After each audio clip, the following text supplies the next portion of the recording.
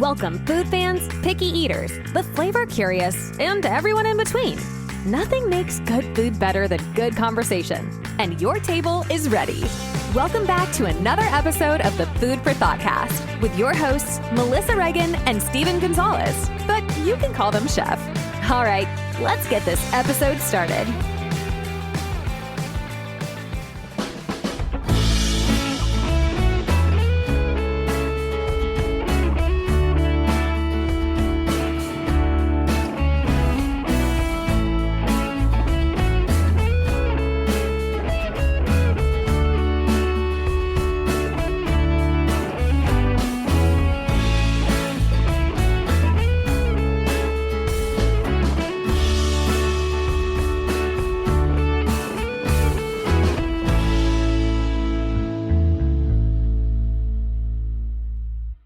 Hey there, food fans. Welcome back to the Food Podcast with me, host Melissa Reagan, my co-host with the most, Chef Steven Gonzalez. Yeah. He's providing his own crowd noise. What's up, dude? Hi, buddy. How's it going? It's been a hot minute. I know. It's kind of sad. But I missed you. We're back together. We're back together talking again. I missed you. I know. Same here. I just got back from a little bit of some time, a couple days here and there. And, you know. Yeah, buddy. Welcome back. Absolutely. Are you ready for the game? What game? It's between two teams. Is this a Saw movie? I want to play a game. The National Football League. They will win it all. You can't say the SB word. Apparently, you have to say the big game because it's copyrighted. What? That's a load of crap. That is a load of crap. Yeah. The big game. Yeah, sure. I don't even know when it is. When is it, Steve? February 9th. Nice. Okay. Sunday. So next Sunday. Big game Sunday. Big game Sunday. BGS. I like it. Well, for those of you that don't know, if this is your first time tuning into the Food for Thoughtcast, thank you so much for joining us. Steve and I took a little break because life be lifing, yo. And I missed my buddy, but here we are. Good to see you. Yay.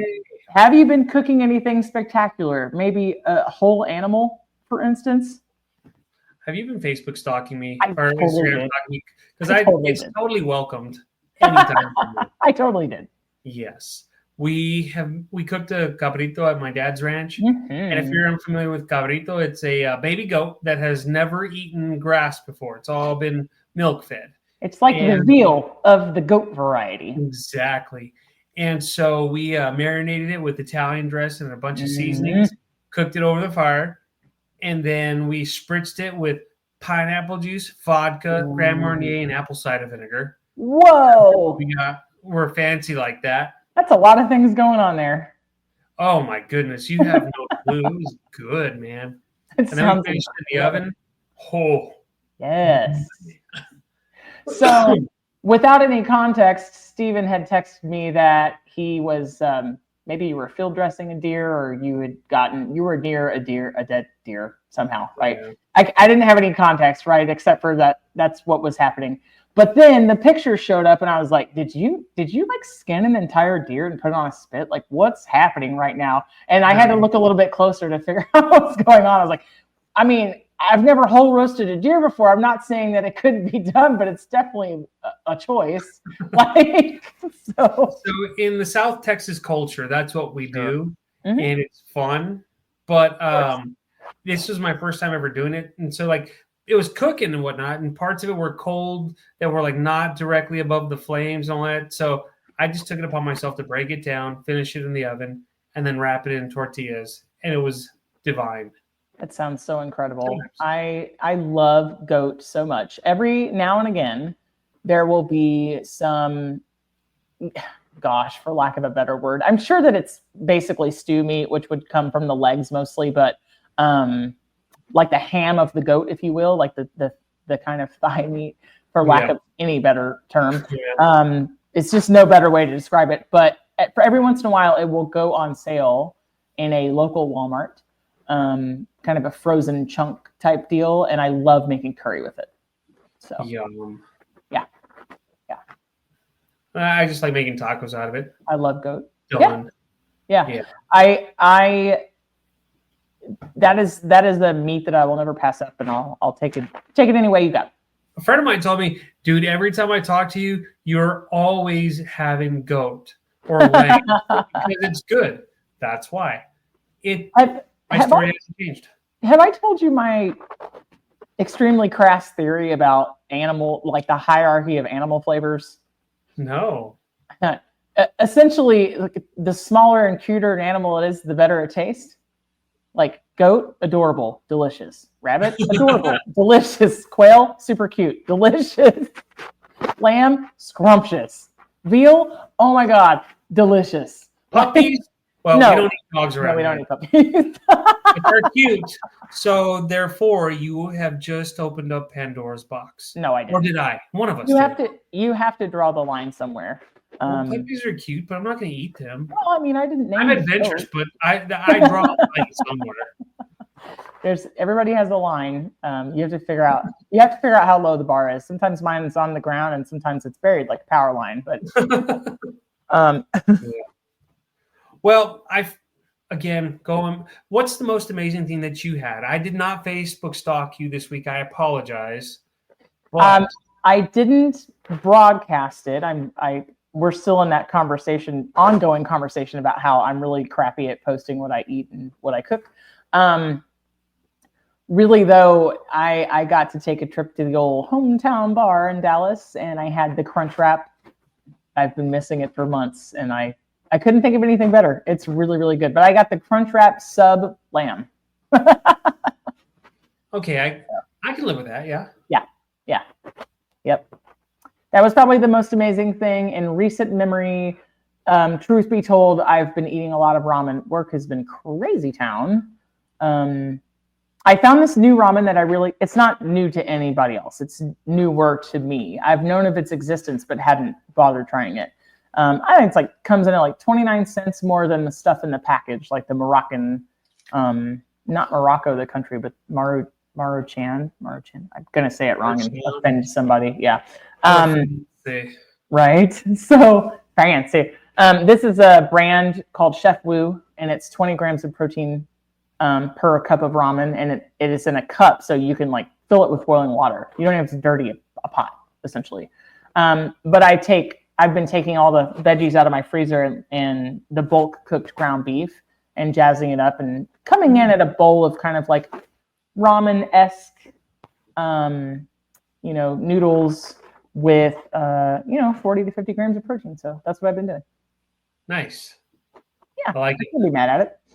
So I wouldn't be either. Using up what I have, making my way through the fridge.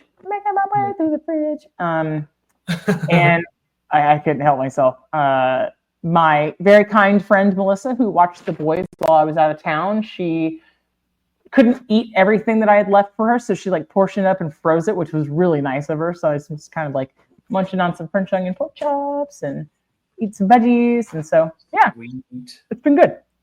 Nice. Well, that's good. So going back to this thing called football. The foosballs. I've been waiting for this for a while because I have not. Who's playing? Do you even know? Your birds. ELGSES Eagles. The Eagles. And the Chefs. The Chiefs. Well, I should like them because it's close to saying the Chefs, but no. Yeah, I literally don't have anything to lose their game. But it's Food Town against Food Town. And let's take football out of the equation, because even then, Eagles fans and football fans alike have been comparing nothing but Philadelphia stuff to food. So for example, me wearing my Saquon Barkley jersey, which I'm very proud of, by the way. It was a gift to me from one of my bosses. But I was watching this interview, and this guy was like, oh, yeah, the Eagles picked up that guy, Saquon Barkley. And now I'm like, oh, good Lord. Szechuan broccoli. I'm even finding shirts that say Szechuan broccoli with his jersey on. I'm like, okay, it's stupid, but I need one of these shirts. Hey, if somebody has like a food play on your name, you know you've made it, right? Especially something as delicious as Szechuan broccoli. I would crush a Szechuan broccoli. Man, it sounds incredible. If we take the football out of the equation, can we call it food ball? Food ball? You hate it? That's a good idea. You hate it. No, I don't. Food ball. Yeah. Super exciting. I'm already full thinking about it though. It's Girl Scout season. Oh my goodness. Hold on, wait. You can't hunt Girl Scouts. Let me just back this sentence up. I got super excited. It's Girl Scout cookie season. I don't even know where Girl Scout cookies live, and I don't own a gun. I'm just kidding. I didn't even put one and one together in this one. I was just like, oh yeah, it's time. Tis the season to eat the cookies. Anyway, apropos of nothing, that's what I'll be eating for dinner after we get done recording this podcast. Nothing like a good bowl of diabetes. A little diabetes. I would lose a toe for some tagalongs, just saying. So, anyway. You've been hanging out with me too long. Maybe so, but I'm not mad at it. That stuff, man. Huh? I like it. That's what I typically say. I'd lose a toe for that. I'd lose it. Is it worth losing a toe? I don't know. I might. Right. You got 10 of them. Yeah.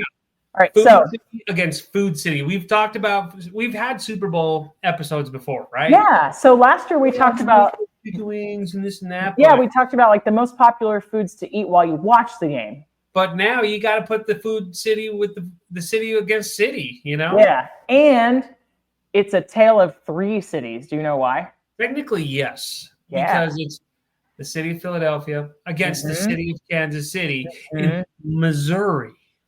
Misery. No, not Kansas City, Kansas. And then KCMO for the win. And then what? KCMO for the win. Kansas City, Missouri. No. For the city. I don't care about football. Stop. Calm down. Like you're messing with me. Calm down. I'm trying to get number 3. Go. Don't tell me how to live my life. I'll do it. Oh yeah. So wait, where was I going? Okay, so yeah, Philadelphia versus Kansas City. Go Eagles. You almost messed with me. I almost said go Kansas. But hey, if anybody wants to just sound like that. My favorite cities ever. Nolens, NOLA, New Orleans, Louisiana, arguably one of the most iconic food cities in the United States. Arguably, right? There are several greats that are ranking up there, but yeah, you have a tale of 3 great food cities. Steve, where are we going first? We got to go with the Super Bowl champs, the Eagles. All right, Philadelphia, cheesesteak capital of the world. Cheesesteak capital of the world. It was invented by Pat Olivieri of Pat's King of Steaks in 1930. A traditional cheesesteak usually has a choice of cheese. Could be provolone, American, or what is it, Steve? American, provolone, Whiz. Cheese whiz. Yes, cheese whiz. Thin sliced beef, ribeye usually is the best. Onions. Yeah. Onions and peppers or no? Yeah, no, not peppers on a traditional. I like it on there, but usually the traditional is with or without onions. Yeah. So, yeah, buddy. Okay, have you found your favorite yet? You've been there a couple of times. There was a place in the Reading terminal. I forgot what it's called. It's going to hit me when we're not recording. You're going to remember it 2 a.m. Heard. Right. But yeah, I mean, we've been to Pat's and Geno's. They're both good, but they're just touristy. You have to go get them at the Reading terminal. That's the only place to get actual cheesesteaks. There's a lot of cheesesteaks around Philadelphia, but the ones in the Reading terminal make the best. So, unfortunately, I have never been to Philly. I have been to right outside Hershey, Pennsylvania, and the best cheesesteak I've ever had in my life was at an Amish flea market. And I really think the reason why is because they made the bread from scratch. Oh, yeah. So, yep.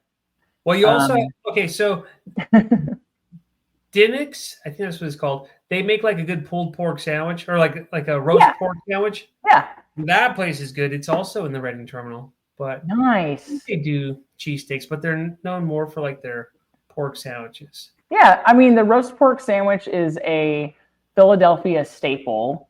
The cheesesteaks, there's all sort of contenders for this, right? Pun intended.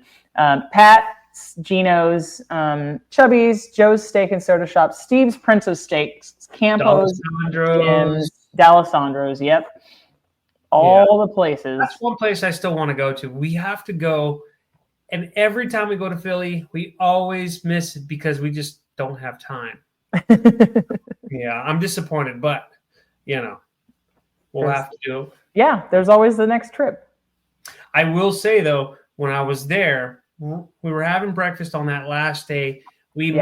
I got to meet Cam Jurgens, who plays for the Philadelphia Eagles. Mm-hmm. He showed up for breakfast, and I was looking at him like, I know this guy, but in the airport, right? No, it was there in the Reading Terminal. Oh, okay. And I'm very awkward. Like, I'm a very awkward person, so I'm like staring at him like, I know him. And he's walking by. I'm like, hey, are you the guy? Yeah. He's like, maybe. I was like, dude, we came, and I told him we came from Texas to watch you play. Great job, this and that. It was totally fun and worth it. And that guy's just a beast of a man, because he's huge. And of course, I'm just a little guy from Texas. So, I love it. Kudos to anyone in the NFL because they're big people, like they just pack on a lot of size and it's all muscle. And I'm like, yep. Yeah, I can't do it. I can't do it. I love it. What is the other sandwich that Philly's famous for, Steve? Actually, there's a couple. A Steve steak sandwich. The Steve. Oh God. Roast. I already said roast pork. So there's. I feel like I'm being put on the spot, and it's messing with me. No, it's okay. It's not a trick question. So we talked about the roast pork sandwich. We actually kind of didn't, but it's typically just like onions, au jus, sharp provolone, sometimes broccoli rabe. Like when we had David Page on, he talked about making from scratch at his house. Yeah. So, but the other one is the classic hoagie. So other places would call it grinder, a hero, or a sub. It's super contentious. Everybody fights about what is the correct name. Either way, they're good. What they're called. Yeah, delicious. It's usually a mixture of meats and cheeses, sometimes of the Italian persuasion, veggies, and some sort of spread like mayonnaise or oil and vinegar, salt and pepper. Amoroso's makes like one of the most famous hoagie breads. I'll give you a hint. I don't care for it. It's too squishy. I said what I said. But there's a ton of hoagie shops all the way throughout Philly. Yeah. So you can get that experience anywhere you like. What do you prefer on like a classic traditional hoagie, Steve? Do you want mayonnaise? Do you want the vinegar and oil? Do you want both? Ooh, I want mayonnaise. Well, it depends. It depends on my what kind of mood I'm in. Like I don't know, like you just have it depends on what you're craving, you know what I mean? It just depends, right? So if I want like salami and provolone and kind of more Italian-y things, then I want the vinaigrette. And if I want more, kind of lunch meat stuff like turkey and ham, then I go mayo and mustard, True. Yeah. Yeah. Yeah. You can find the beloved hoagie at places like Cosme's Deli, Angelo's Pizzeria, Woodrow's, Liberty Kitchen, Fink's Hoagies, Martha, and the local chain Primo Hoagies. They have over 40 locations in Philly. And did you know there is a restaurant called Pizzeria Badia that has a secret hoagie room in the back? I was supposed to go to Pizza Badia when we were there last time because Gerardo from De Casa was talking about it, and it just again fell through. I was so sad and disappointed, but we ate so much food that by the time we thought about it, it was like, oh my gosh, do we even have room to eat? Speaking of De Casa Pizza, I don't understand. Like, I can't figure out where the actual website is and how to order a frozen pizza. Like, I need a frozen pizza mailed to me, Steven. Can you make that happen? Facebook. Okay. Got it. I have to. Like, every week he posts all the flavors and everything else. I'm like, I want that in here. Right. And those are good too. Yeah. So. Yeah. Incredible. Yeah. Did you know sounds that? like you've been doing your homework on like restaurants around Philadelphia? A little bit. Or I'm looking at an internet page. I mean, you tell me. I think I'm selling it pretty Your good. multitasking skills are way better than I'm mine. multitasking. My multitasking is staring at you at the screen and trying to drink water at the same time. Hey, it's not really working that well. Steve, somebody has to make this podcast look good, and you're crushing it. It's my Szechuan broccoli jersey. That's why. It's your calling and your jersey. It's lucky. I know. Hey, Steve, did you know that Philly's famous for soft pretzels? Oh my gosh, I like soft pretzels. They're good. Me too. Do you? But I want like beer cheese or mustard. I want the beer cheese sauce. That's what I want. Okay. Yeah. I'm all for it. Yeah. When you eat mustard on with a pretzel, do you want yellow or like stone ground? You know, I don't like stone ground because it's so strong. But with a pretzel, I'm all about it. I know, right? It's something about it, like, yeah, it's really something about it. Like, you really can't get past it. Yeah, exactly. I feel like we need to talk about a pork roll. Have you heard of this? A pork roll? Mm-hmm. I feel like it's just a big old roll of deliciousness. Am I wrong? You're not that far off. So according to this article, it says it was popularized in Philly during the 19th century. So I'm old now. Pork roll is a sausage-like breakfast meat. That's very nondescript, but I'm not mad at it. Often sliced into rounds, grilled until it splits open and served on a bagel or an English muffin with egg and cheese. Yeah, that sounds pretty good. Yeah, I want it. Could be about that. Yeah, totally. Yeah. They said that this Philly favorite rivals Scrapple as the breakfast meat of choice. Well, Scrapple's not 100% meat, but it's good.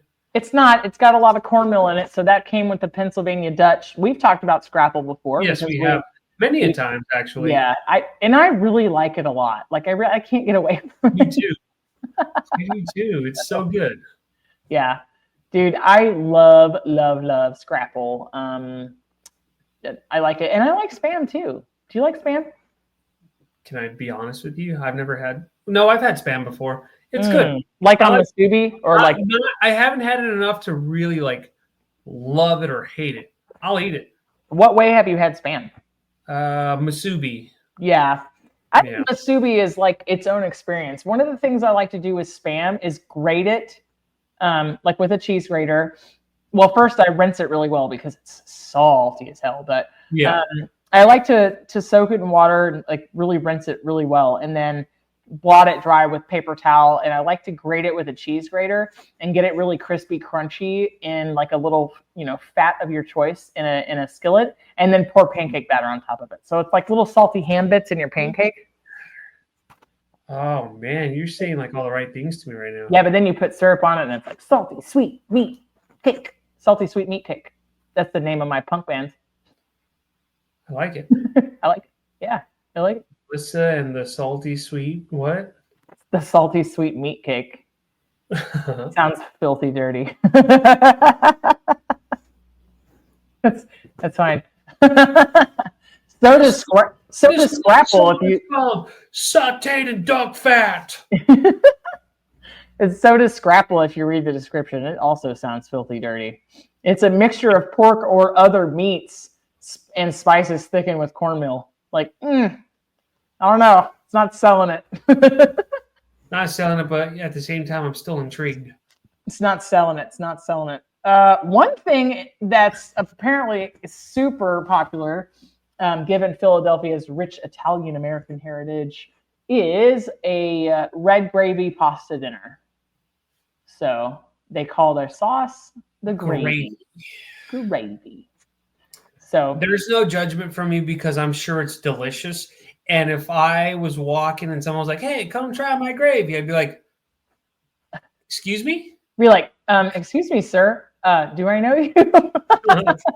Yeah, I feel like this. I need to call. This is an HR question right here, but okay. Yeah, seriously, like your gravy. Hey, come try my gravy. I need an adult. Yeah, yeah, exactly. I'm just saying. One thing I didn't know in the course of looking over this today is that pound cake is apparently like a classic popular dessert in Philly. Did you know that? No, but tell me more. So pound cake, you know, the old tradition, it usually had no leaveners in it. It was like 1 pound each of flour, sugar, butter, and eggs. So it was a pound and a pound and a pound and a pound.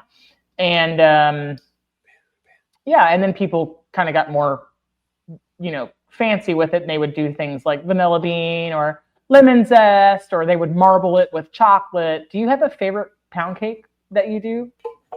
I don't. I like all pound cakes. They're all good. You know, it's not fair because they're all so good, especially when like everything's just so simple and straightforward. Yeah. Well, I've never turned down a pound cake, but I also have to confess that I will crush a Sara Lee pound cake. Crush it. Like, there's no shame in your game, huh? Dude, there just isn't. I had one of my employees this week complimented me on my on the way that I absolutely stand for gas station foods, and I was like, well, I don't know whether to say thank you or not, but like, okay, cool. Like, they're like, no, I really appreciate the way that you like crap and then you defend it. I was like, oh, thank you. Okay, great. I was defended. So I was talking about that breakfast pizza at QT, and I was singing the praises of the made-to-order items at Sheetz. So, yeah. Yep. Nice. I was also starving. I think it had been like a 14-hour day, and I'd had 5 Diet Cokes and nothing to eat. So I probably would have been like, yeah, dirt. Dirt sounds amazing. You know? So. Yeah. I get down with dirt. Pretty much. Deep fried. Deep fried dirt. Yeah. Do you guys have any travel planned back to Philadelphia yet? I think once they release the next year's football schedule, possibly. Is there anything, you did mention a couple of things that you hadn't got a chance to try. Is there anything on your list specific? D'Alessandro's for sure. Pizza Badia. Those are 2. Okay. Yeah. Did you know that it was named the best pizza in America? I did hear that. Gerardo was telling me about that. And they might have named themselves the best pizza in America. I can't say for sure, but you know what? Now we have to try it. I think you have to be the judge of that, right? I'd be about it. I'm easy to please, so I'd be like, oh yeah, I can see why this is the best pizza in America. All right. Well, onward to Kansas City, Missouri, another place you've also been, and I never have, right? Yeah, and it's all trash. It's awful. I hate it. Down with Kansas City. And if anyone's a Kansas City fan, well, I'm sorry. Of the food, you said you were going to keep sports out of it. Oh yeah. They have some good barbecue. There's also that. They got some great restaurants. They all make me happy, and more importantly, they all kick butt. It's true. Like you cannot come across a bad restaurant in Kansas City that makes like poor barbecue because they're all out of this world. It's not even fair. Oh man. It's not. Did you try anything? I think the answer is no here, because I know that specifically like the 2 times was it 2 times that you've gone? Once. The one time you were there, it was all about the barbecue crawl, right? Yeah, we had our own barbecue. Pretty much. You had your own like itinerary, which I totally respect that. But apparently in Kansas City, there is a specialty called a cheese slipper. Have you heard of this? No. Tell me more. Tell me more. Apparently the cheese slipper is so popular it sells out at Fervor Bakery every time it's stocked. And so I assume that's daily. But apparently it is sharp cheddar cheese, aged white cheddar, and cheese curds that get folded and added into whole wheat bread dough. Like, you had me at cheese and bread. I mean, I don't really know what else there is to say, but like that sounds cheesy bread's good. Cheesy bread is good. It must be something insanely good. So if it's a cheese slipper, like, do they put it on your foot and you eat it off your foot? That's kind of weird. I kind of want to Google, like, where does the... Hold, please, while I do the research while we're recording the podcast. Yeah. I would be about it. Like, I would totally try it. But at the same time, I almost feel like it would be weird because it's like, well, where's the barbecue at? Because when you think Kansas City, you think of good barbecue, you think good sauces, you think good sides. Like, you don't think of cheese. Especially, like it's more of a northern thing, like in Wisconsin. Yeah. Well, do I have a story for you? First, I'm a terrible chef because this seems like something I should already know. But did you know that ciabatta is the Italian word for slipper? No. So that's how they made this play on words. So, yeah.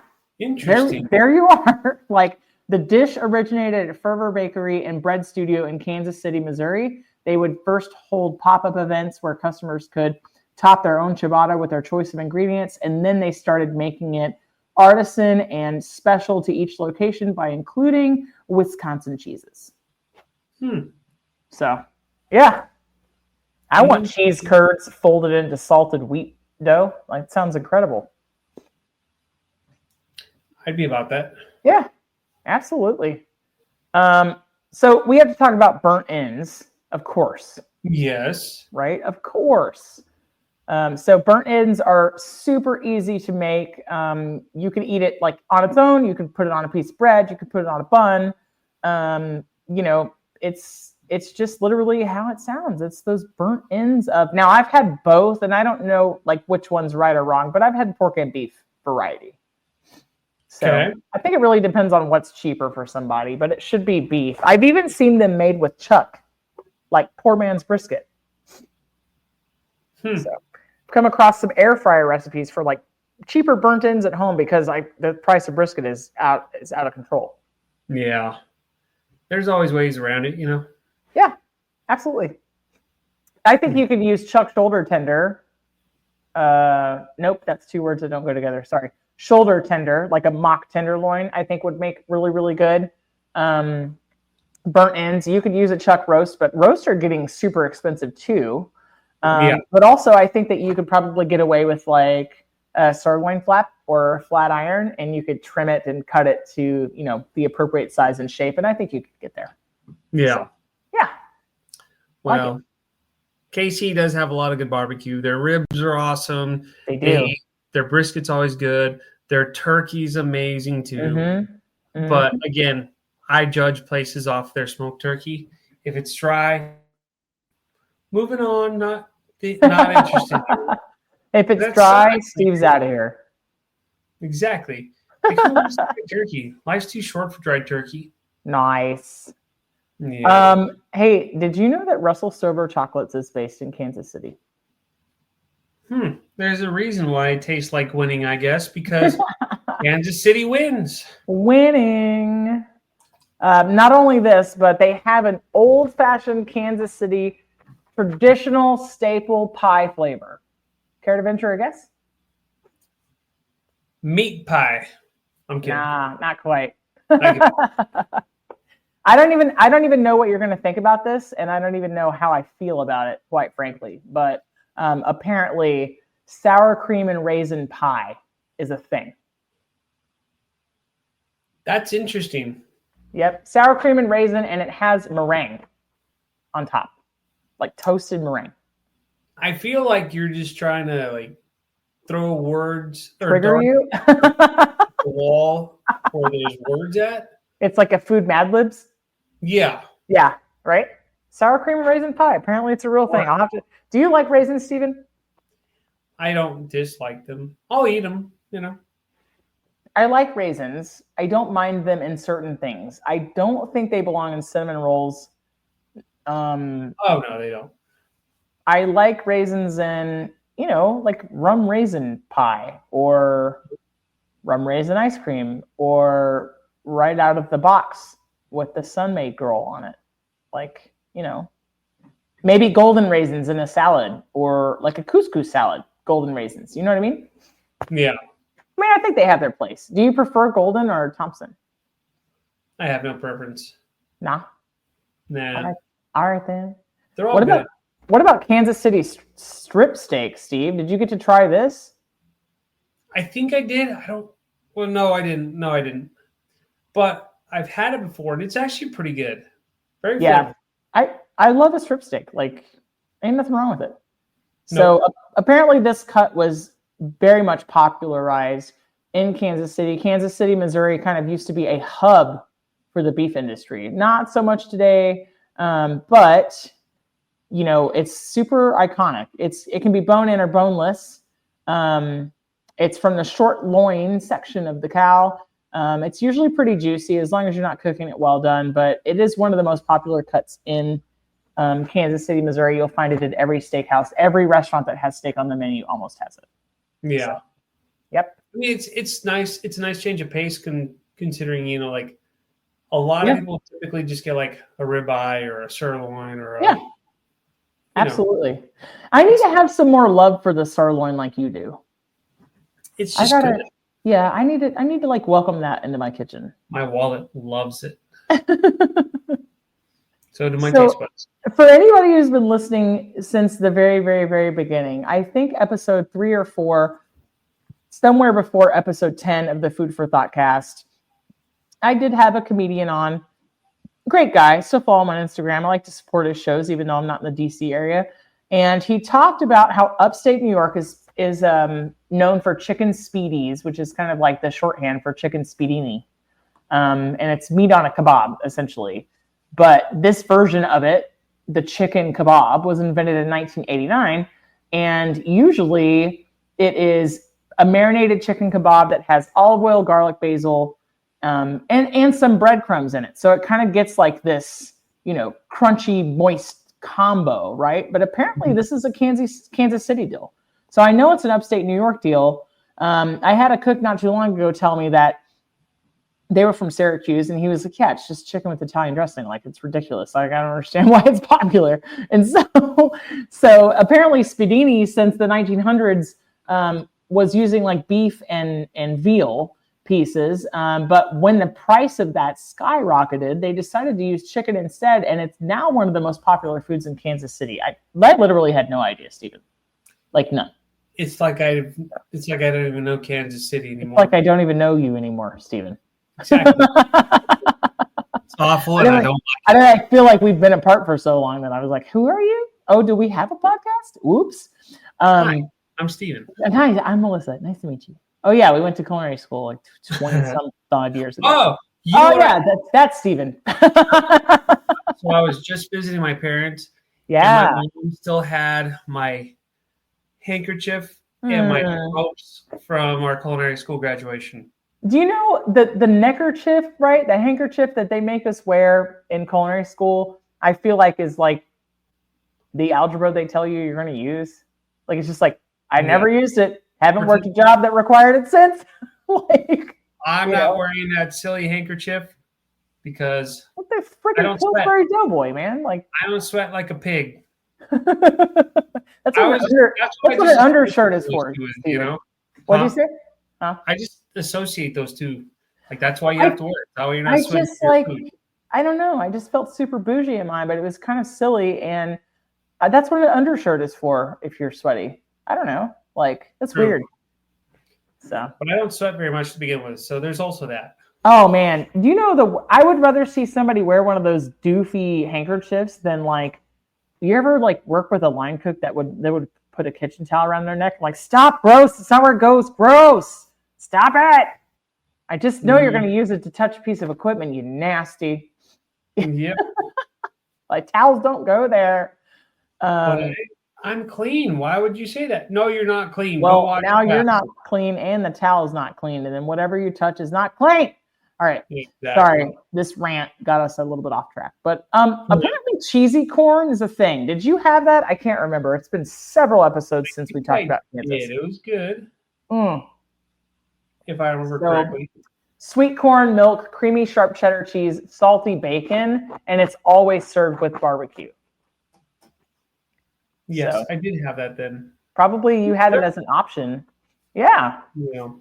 So I'm not quite understanding why Kansas City like kind of owns this, but yeah, it's okay. I don't know. Well, so, when you went to Joe's, did you see the Z-Man sandwich? Did you eat that? No, we didn't eat it because we were too busy we're gonna have to just try straight up barbecue, like brisket, turkey, and pork ribs, because you're on your barbecue crawl, and you can't overdo it. You just can't. Apparently, the sandwich is so beloved and it's become good luck that it helped the Kansas City Royals baseball team get out of the slump. So that's kind of saved the day. I like that. That's as much sports as I'm going to allow on this podcast. Just FYI. I like it, but it needs to curse the Kansas City Chiefs. Football can get another Super Bowl. I mean, big game win. Football, we said. So apparently the sandwich was invented in 1997 at Joe's Kansas City Barbecue. It was named after Mike Zarek, who called himself Z-Man. He was a local sports talk radio host while the sportsing made its way back in here. My bad. Apparently it is sliced smoked brisket, melted provolone, 2 crispy onion rings, and Joe's KC barbecue sauce, all on a Kaiser roll. So sounds pretty good. Wood crush, 10 out of 10. Totally would. Yeah, wood crush. Yeah, buddy. We need to feed that to all the teams on the Kansas City team so they'll be lethargic. Yeah. But it's not going to happen. Do you know why? Why is that? Because they'll be in New Orleans. In New Orleans? Po' boys. What are they eating in New Orleans? Po' boys and po' oysters. Boys. Oh, my God. Frozen French 75s. Let's start with po' boys. Do you have a favorite? Like a place or no? No, like a favorite type of po' boy. There's options for the meat. I like a shrimp and an oyster po' boy.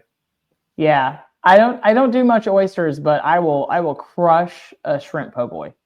Absolutely. Yeah. You like hot sauce on yours or no? I don't, but I've been so close-minded and living under a rock that I need to do it that way. Yeah. I mean, I like to mix the mayo and the hot sauce together. It kind of becomes like a spicy pink mayo.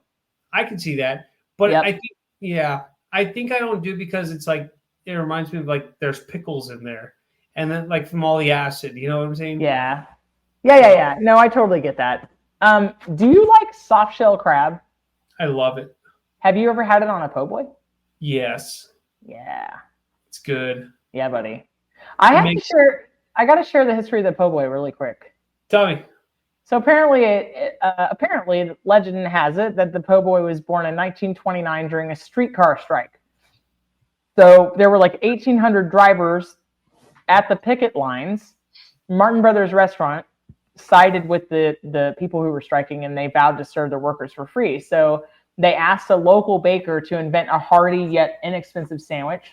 And when they would come to the back door to claim one, someone in the kitchen took their order by yelling, "Here comes another poor boy." So the rest is history, apparently. I feel like if you said that in 2025, you'd get canceled. Nah. I really like the idea of the sandwich coming out of standing up to the man. So I like it.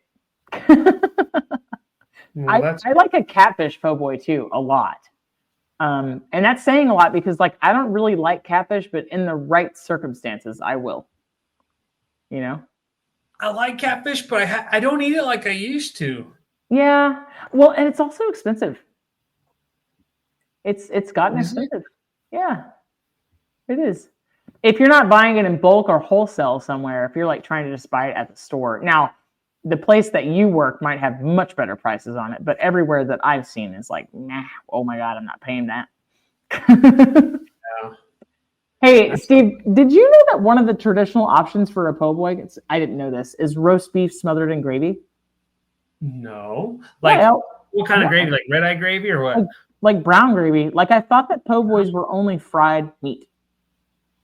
I thought it was all fried seafood, personally. Yeah, no, seriously, yeah. Like, I mean, there are places that do like a popcorn chicken po' boy, and it's really good, or some places will make it like their own spin on it. But I had no idea that one of the traditional options was roast beef smothered in gravy. So I would also crush that really hard. I would too. Totally. Yeah. So you talked about the frozen French 75. Tell everybody what that is in case they don't know, or maybe they don't drink. The frozen French 75 can be found at Superior Seafood in New Orleans. Hey, I actually named a place for a change. Normally, I'm like, I don't remember what the name. I'm so proud of you. I know, right? Because I named very few places in Philadelphia and in KC. I was cheating. I looked at the list. So they basically put it like in a margarita machine where it's like gin, sparkling wine, lemons, simple syrup.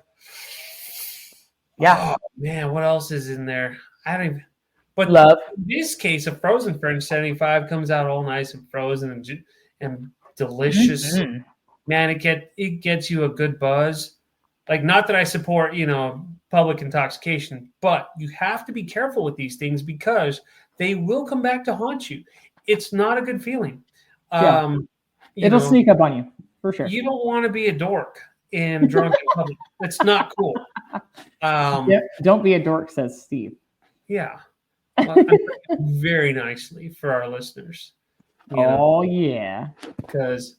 yeah, then you just get tired and you just want to call it an early night. So I'm speaking from experience myself, Yeah, absolutely. I mean, I think that when anything comes out of a margarita machine, you have a tendency to drink more than you usually would because it feels easy. It's like frozen, you know what I mean? It's like, it feels like it's tempered in some way, right? Yep. I have to give a little shout out to, I spent all of maybe 4 or 5 hours in New Orleans. I really want to go back and spend more time there, but I was waiting to board a cruise and I flew in as early as I possibly could. It was ungodly. The sun wasn't up yet, with a plan to rent a really sketchy locker from a T-Mobile storefront. I have no idea what they were doing in the back. I rented a really sketchy locker from an app on my cell phone, dropped my suitcase off that had a week's worth of clothes in it. They could have set it on fire for all I know. I have no idea. And I attempted to eat and drink in as many places in New Orleans as I possibly could before I had to be on a cruise ship at 3. Fun fact, this was during post-COVID phase 2, and I failed to realize and read the fine print that I needed a test before I went on the ship. So not only was I fairly inebriated, I wasn't in the mood to have a Q-tip stuck in my nose. So it was a really fun time trying to board this freaking cruise ship. So, but it all ended well. But I have to give a shout out to Fried Alligator at Pat O'Brien's. I had a hurricane and fried alligator. O'Brien's is a good tourist spot, and they do not suck. Yeah, it's an institution. Yeah, absolutely. They're good. There are better places. Not gonna lie, there's tons of better places in New Orleans, but I was Matt O'Brien's. Yeah, it was kind of like when in Rome, do as the Romans do, and I mean, hopefully your empire doesn't collapse or whatever, but do as eat as they do, right? And so, fried alligator there was incredible. I had shrimp and grits for breakfast at a different place. I was once able to eat much more than I am able to now. So I could do a crawl and not pace myself and also not feel like crap at the end. I have to be more careful now, but it was really, really insane. Now, I have to ask you, do you have a preference between gumbo, etouffee, and jambalaya? Do you have a favorite that you prefer out of the 3? I prefer gumbo. Totally. Nice. Do you like it really, really dark or more on the light side? I like it a little bit darker, not real dark, but I like it dark because you get all that flavor. Yeah, it's talking like a milk chocolate type deal in the roux, like milk chocolate. Okay. Yeah. I like the roux quite dark as well. I don't do a ton of rice with mine. I kind of just like it as a soup and less of a meal, if that makes sense. Yeah. So. Yeah. Yeah. You know what would go really good hand in hand? Big old bowl of gumbo with a Philly cheesesteak, not barbecue. I mean, I'm just saying. Well, because hold on. That's what winners do. They stick together. Winning foods stick together. Winners stick together. I feel like we have to backtrack and address the cinnamon roll and chili thing. That's a Kansas City thing, apparently. I just have to say that that's Kansas City. I will be throwing shots all all podcast. Okay, but help me understand. Is there anything that you would change about a cheesesteak to make it go with a gumbo? No, because not at all. gumbo is delicious. Cheesesteaks are delicious. They technically don't go hand in hand, but if it supports my Eagles, ELGSES win, then yeah, right. I really, really love gumbo, but I think I'm an outlier because I have worked for and with people who say tomatoes don't belong in it. And I like it in mine. Like, do you have a preference? Like, I'm not opposed if they're in there by any means. Yeah, but sometimes I don't want seafood gumbo. Sometimes I want like land lovers, like chicken and sausage. So Gremlin does chicken and sausage gumbo, and it comes out really good. Really, and he's just doing it because like that's what he grew up with, you know. Nice. So a lot of people are like, "Oh, you got to make that gumbo. It takes a better part of a day to make good gumbo." Of course, they use a much thicker accent than what I could ever do. My buddy, if there's alcohol involved, he can make a damn good gumbo in like 30 minutes. Does a lot longer than that, but I don't know what he does, but he does it. And it's you have to give a shout out to the original, Food Network celebrity, the original, like the godfather of New Orleans cooking, Emeril Lagasse. He used to say that you needed to make your roux a 2-beer roux, meaning like you would drink 2 beers in the time it took to make your roux correct. Like it takes time. Good things take time, Yeah. So if that's what you got to do, then that's what you got to do. But yeah, red beans and rice. Are you a fan or no? I would eat them. Do you eat much beans, Steve? Because I know you're always trying to be like carb conscious, or maybe. It depends on my mood. Like I like red beans and rice. They're good. Yeah. Do you do like a sausage in here? Just to try it. Yeah. Oh yeah. Yeah. That's good. But I would order it just to try it. You know what I'm saying? Like, give me a small side of red beans and rice. Yep. Yep. So I know that you're not a huge fan of pickles, but you're making your way there. But do you like olives enough to like a muffaletta? I've had muffalettas before. They're good, but they're not my favorite. Why? Because of the overload of brininess, Of the brine, And I do like olives, but, maybe it's also because the last time I had a muffaletta, I was in my 20s, so I was still kind of getting into it, Yep. So I'm a little overdue for it. Well, I think that, like, the cards are kind of stacked against you because usually it has, like, jardinera and capers and pickled, like, it's, like, pickled all the things. It's like the anti-Steve witch, like... But, yeah. That's a really hard one for you. If it was a flat out pickle sandwich, I'd be like, no. But yeah, I don't mind all that. I think, yeah, buddy. Well, hey, listen. Like, do you have special food plans for the game this year? What are you doing? So I actually just got me some deer meat. Nice. Because in South Texas, that's what you do. Mm-hmm. Nothing goes to waste, and so. We'll probably do some venison backstrap. We'll be going to a friend's house who's a huge Kansas City fan. And he's a good friend of mine. So all the trash. So no fist fighting? So when he kindly asks me to leave, no. It's all in good fun. It really is. We'll probably go over there. We'll make some backstrap. Nice. Maybe some kebabs or something. I'm not too sure. But no chili? Huh? Chili. Well, if I do chili, it's going to be like the shoulder or like the leg that I use. I'm not using that backstrap. Well, no, of course. No. That backstrap is prized. I mean, it's essentially like the tenderloin of the deer. Like, I know better. And I'd have a lot of people upset with me on that one. So it's going to be backstrap carne asada. I'm kidding. Backstrap chili is like $40 a bowl. You're like the most bougie venison ever. Now... Go ahead. No, I was going to say, no, we'll go to his house and we'll watch the game, have some fun. Nice. And we'll be responsible adults. Nice. Because I got to work the following day. So Responsibility. Responsibilities. Responsibility.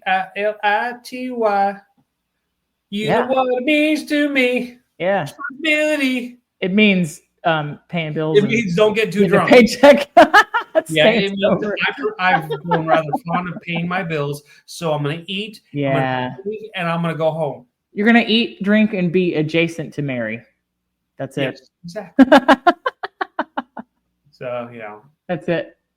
What about you? Are you going to do anything? You know, honestly, like I do not keep the Super Bowl Sunday holy. I had no idea when it was until we sat down to talk just now. Honestly, I just bought a crap load of frozen dinners. It's probably going to be pad thai. I'm going to call it right now. It's going to be pad thai. Okay. So you're going to go for Stephen Green just to support your boy Steve. Look, sure, whatever. I don't know. I think I could get this canceled if I said I think I'm going to eat Eagle in honor of Steve. But yeah, like I'll play the. Do you have a tiny violin background music right now? I don't know anybody. Nobody's invited me to anything, so I don't have a Super Bowl party to go to. Exactly. So probably gonna sleep, my guy. That was a pretty big violin. It's a pretty big violin for sympathy, but I so appreciate you. So hey, Steve, it was really good to see you again. It's always good to see you, my friend. I miss you. I hope you have a wonderful game day. I hope your team wins the foosballs. Me too. That'd be lovely. Because if they don't, I'm going to have to suffer or hear about it for a while. If they don't win, then I'm going to be kindly asked to leave. Very kindly asked, with a lot of patience and a lot of lip biting. And then... We love you, but you gotta go. Hey, listeners out there, you know, I know that you love Steve, but you don't want mopey Steve for the next couple weeks. So if you pray to a higher power, just ask him if the Eagles can win. We appreciate it. And if you feel like we want to know what you all think, what you all are going to be cooking, are you going to be following the KC versus Philadelphia food battle?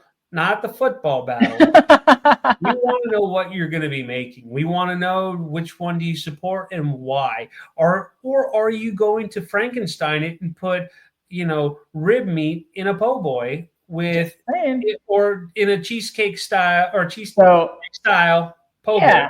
Oh, there we go. Ooh, a burnt ends po' boy, right? Yeah. With red gravy etouffee. I think I just made 3 states mad. That's okay. With broccoli. Oh, gross. Oh, man. That's solid. I don't like eating broccoli raw on its own. Don't put it in a sandwich. God. Same.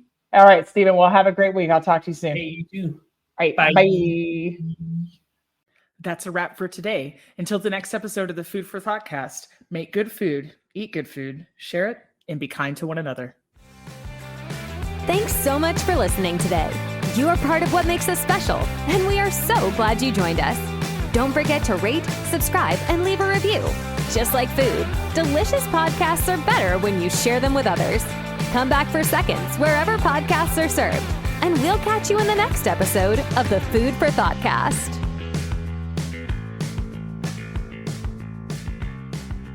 You can find us on Facebook and Instagram at the Food for Thoughtcast or at www.foodforthoughtcast.com, where you can link to all podcast players, or you can send us an email at foodforthoughtcmc@gmail.com.